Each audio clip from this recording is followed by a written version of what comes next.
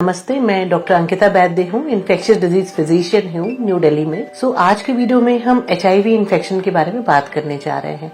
मेरे काफी सारे पेशेंट्स हैं जो HIV से ग्रसित हैं, जिनको मैं एज ए डॉक्टर कंसल्ट करती हूँ। इसमें एक कॉमन क्वेश्चन जो मेरे पास आता है कि हमारी लाइफ एक्सपेक्टेंसी क्या है, यानी कि हम क्या सोचें कि कब तक जीवित रहेंगे। तो एक बड़ा खौफ है इस बीमारी को लेके। लोगों को लगता है कि अगर किसी को ये बीमारी हो गई है तो वो उनकी जिंदगी अब खत्म हो चुकी है। ऐसा बिल्कुल नहीं है। मैं कहूंगी कि HIV आज के दौर में एक इन्फेक्शन है जिसका इलाज जो है संभव है।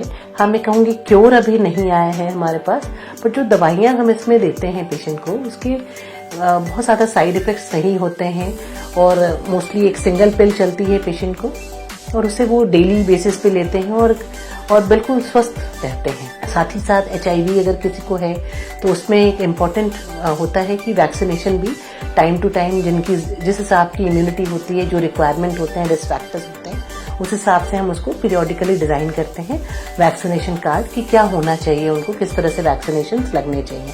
तो दो इम्पॉर्टेंट चीजें हैं। अगर किसी को भी HIV इन्फेक्शन है या उसको लगता है कि वो इन चीज़ों के रिस्क में है, ये दोनों चीज़ें अलग अलग हैं। मैं बता रही हूँ, ऑलरेडी इन्फेक्टेड अगर कोई है तो उनको सिंगल मेडिसिन चलती है और लाइफ टाइम चलती है। आज की डेट में सिंगल टैबलेट्स होते हैं वो ज़्यादातर केसेस में, मैं कहूँगी। और दूसरी चीज़ है कि जो HIV में एडल्ट इम्यूनाइजेशन का बहुत इंपॉर्टेंट रोल है, जिससे जो इन्फेक्शंस होते हैं उससे बचे रहेंगे। क्योंकि हम जानते हैं कि जो HIV वायरस है वो हमारी इम्यूनिटी को कम करता है और अगर इम्यूनिटी को कम करता है तो इन्फेक्शन का रिस्क ज्यादा होता है। तो सिंपली अगर हम वैक्सीनेशंस लेते हैं तो उससे बचे रह सकते हैं।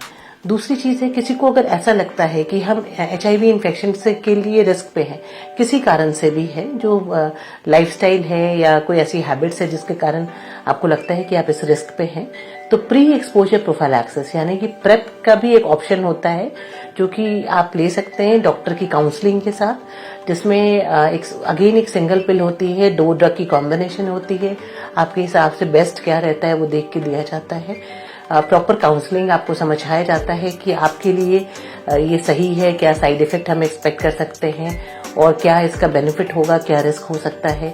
रिस्क मैं कहूँगी बहुत ज़्यादा नहीं होता है, बट हाँ फिर भी जो बेसिक प्रिकॉशंस हैं वो इस इन्फेक्शन के स्प्रेड करने से लेना चाहिए।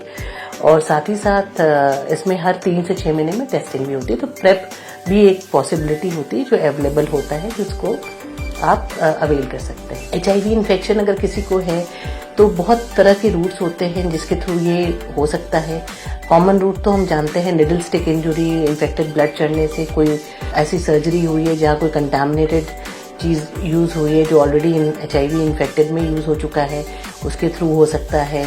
अनप्रोटेक्टेड सेक्सुअल इंटरकोर्स से हो सकता है। तो ये सारे रूट्स होते हैं जिसके थ्रू HIV इन्फेक्शन हो सकता है। मैं कहूँगी टैटू वगैरह भी आजकल काफी कॉमन है। टैटूज से भी अगर इन्फेक्टेड निडल यूज की गई है तो उसमें हो सकता है। तो बिल्कुल भी एक जो एसोसिएटेड सोशल स्टिग्मा है इसके साथ, वैसा ना सोचें। मल्टीपल रूट्स है जिसके थ्रू ये हो सकता है। कुछ और बीमारियां इसके साथ चलती हैं, hepatitis B, hepatitis C, syphilis, chlamydia, mycoplasma, herpes simplex. तो ये सारी जो इन्फेक्शंस होते हैं इसका भी साथ साथ हम स्क्रीनिंग कर लेते हैं और इन केस अगर कुछ भी आता है तो साथ में उसका भी इलाज जैसा रिक्वायरमेंट होता है किया जाता है।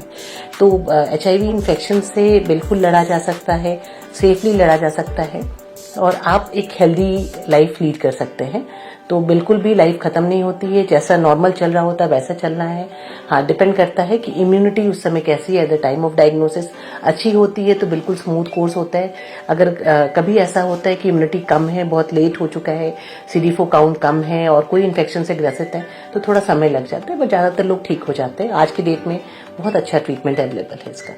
तो इसके साथ ही मैं आपको एक नंबर प्रोवाइड कर रहे हैं हम यहाँ पर। इन केस अगर कुछ रिक्वायरमेंट हो, कोई फर्दर क्वेरीज हो तो आप लोग उसके थ्रू डिस्कस कर सकते हैं अपॉइंटमेंट के थ्रू।